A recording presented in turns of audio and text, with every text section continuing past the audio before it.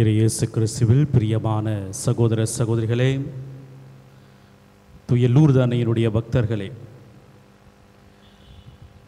இன்றைய நற்செய்தியிலே கடவுள் எவ்வளவு இரக்கம் மிகுந்தவர் என்பதை நாம் கேட்டறிந்தோம். சாவுக்கு தீர்ப்பிடப்பட்ட ஒரு பெண்ணை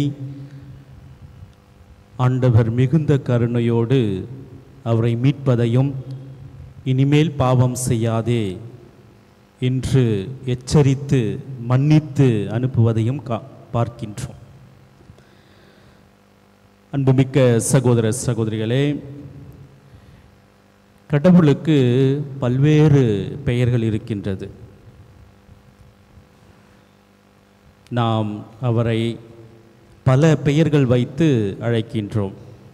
ஒவ்வொரு மதத்திற்கும் ஒவ்வொரு பெயர் வைத்திருக்கிறார்கள்.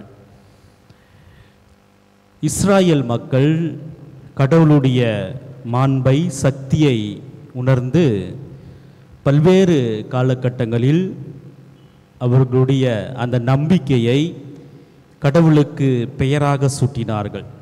ஒரு சிலவற்றை நான் உங்களுக்கு சொல்ல விரும்புகின்றேன். எல்யோன் என்ற ஒரு பெயர் வைத்தார்கள். அதில் உன்னதர் என்ற ஒரு பொருளோடு அழைத்தார்கள். எல்யோன், உன்னதரான கடவுள் என்று சொன்னார்கள். யாவே எல்யோன், உன்னதரான ஆண்டவர் என்று சொன்னார்கள். எல் நெகாமோத் என்றால் பழி வாங்குகின்ற கடவுள் என்றார்கள். எல் ஷதாய் என்றால் எல்லாம் வல்ல இறைவன் என்றார்கள். யாவே சபாவோத் என்றால் படைகளின் ஆண்டவர் என்றார்கள். அதோன் என்றால் தலைவர் என்றார்கள். மொலக் என்றால் அரசர் என்றார்கள். நாம் அன்றாட வாழ்க்கையிலே கடவுள் நல்லவர், வல்லவர், சர்வ வல்லவர் என்று நம்புகின்றோம். சக்தி படைத்தவர். இஸ்ராயலுடைய காலகட்டத்திற்கு பிறகு புதிய ஏற்பாட்டிலே கடவுளை நம்மை படைத்தவர் என்று இறைமகனாகிய இயேசு கிறிஸ்து நமக்கு அறிமுகப்படுத்துகிறார். நம்மை படைத்தவர். அதன் பிறகு தன்னை பற்றி, நான் மானிட மகனாக இருக்கின்றேன், தந்தையாகிய இறைவன், மகனாகிய இறைவன், நான் இறந்து விண்ணுலகம் சென்ற பிறகு பரிசுத்த ஆவியை அனுப்புவேன் என்று மூவொரு கடவுளை பற்றி நமக்கு அறிமுகப்படுத்தினார். இந்த மூவொரு கடவுள் ஒவ்வொருவருக்கும் ஒவ்வொரு பணிகள் இருப்பதை நாம் இந்நாளிலே புரிந்து கொள்ள வேண்டும்.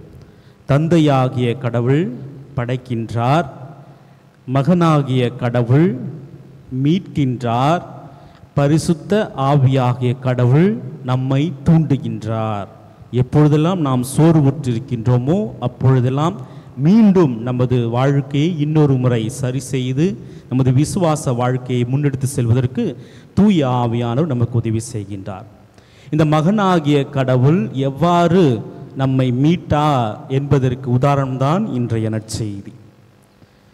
அவர் இந்த விபச்சாரத்தில் பிடிப்பட்ட பெண்ணை, மோயிசனின் சட்டப்படி இவள் கொல்லப்பட வேண்டும் என்று தீர்ப்பிடப் போகின்ற பெண்ணை அந்த யூதர்கள் மூப்பர்களுடைய கிடுக்கி பிடியிலிருந்து அவரது உயிரை காப்பாற்றுகின்றார். இயேசு கிறிஸ்து மீட்கின்றார். இவரை மட்டுமல்ல, விவிலியத்தை நாம் புரட்டி பார்த்தால் பல்வேறு நபர்களை அவருடைய பாவ வாழ்க்கையிலிருந்து மீட்டெடுப்பவராக நாம் பார்க்கின்றோம்.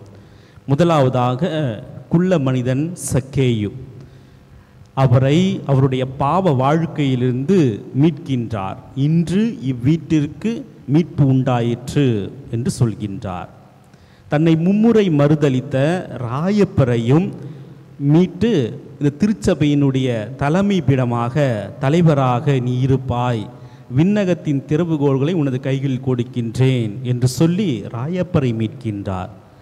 அடுத்ததாக சின்னப்பர் பவுலடிகளாரை அவர் கிறிஸ்தவர்களை கொன்று பாவியாக இருப்பினும் அவரை சந்தித்து, நீ துன்புறுத்துகின்ற கிறிஸ்து நான் தான் என்று சொல்லி தனது இரக்கத்தின் மிகுதியால் தூய பவுல் அடியாராய் மீட்கின்றார். அது மட்டுமல்ல, அன்றிலிருந்து இன்று வரை நமது உலக வரலாற்றிலே கிறிஸ்துவ மதத்தை தழுவிய பல்வேறு நபர்கள் இயேசுவினுடைய அன்பால், இயேசுனுடைய இரக்கத்தால் தொடப்பட்டவர்களாக இருப்பதை நாம் காண்கின்றோம். நமக்கு தெரிந்த உதாரணத்தை நான் சொல்ல விரும்புகின்றேன். புனித அகுஸ்தினார், அவர் பாவ வாழ்க்கையை வாழ்ந்தவராக இருந்தார்.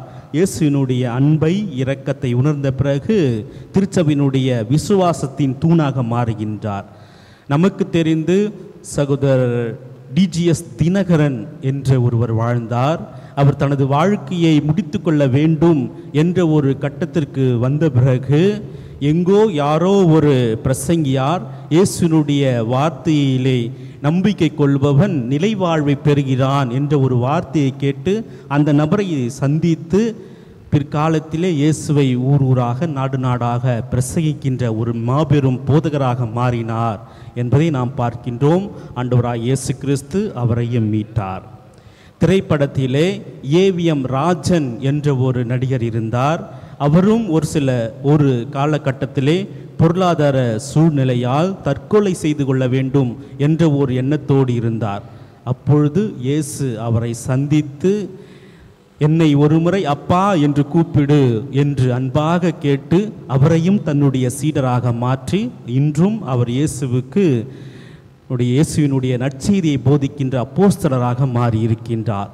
எனவே மகனாகிய கடவுள் தன்னிடம் கேட்கின்ற ஒவ்வொரு மனிதருக்கும் தனது மீட்பை இரக்கத்தின் பரிசாக கொடுக்கின்ற கடவுளாக இருக்கின்றார். எனவே நாம் ஒவ்வொரு நாளும் நமது இயலாமையால் தவறுகின்ற பொழுது, ஆண்டவராகிய இயேசுவே என் மீது இரக்கமையும் என்று நாம் ஜெபிக்க வேண்டும். நான் ஸ்பெயினிலே பார்த்திருக்கின்றேன். ஒரு குருவானவர் குறைந்தது ஒரு 85 வயது இருக்கும். எப்பொழுது பார்த்தாலும் ஆண்டவரே என் மேல் இரக்கமாயிரம், ஆண்டவரே என் மேல் இரக்கமாயிரம் என்று தான் ஜெபிப்பார்.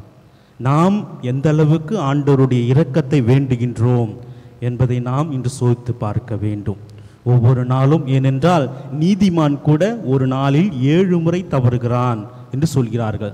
இங்கு அமர்ந்திருக்கின்ற யாரும் நீதிமான்களோ அல்லது புனிதர்களோ அல்லது மேம்படியான வானதூதர்களோ அல்ல. நாம் எல்லோரும் பாவம் செய்பவர்கள்தான், பாவத்தில் வீழ்பவர்கள்தான். ஒரு பெண்ணை இச்சையுடன் நோக்கும் பொழுதே நீ விபச்சாரம் செய்துவிட்டா என்கிறது இறை வார்த்தை. எனவே நாம் ஒவ்வொரு நாளும் ஆண்டவருடைய இரக்கத்தை கெஞ்சுகின்ற பிள்ளைகளாக வாழ்ந்து மீட்பு என்னும் கொடையை பரிசாக பெற்றுக்கொள்ள தேவையான வரங்களை இந்த திருப்பலியில் நான் ஜெபிப்போம். எல்லாம் வல்ல இறைவன் அனைவரையும் ஆசீர்வதிப்பாராக. ஆமேன்.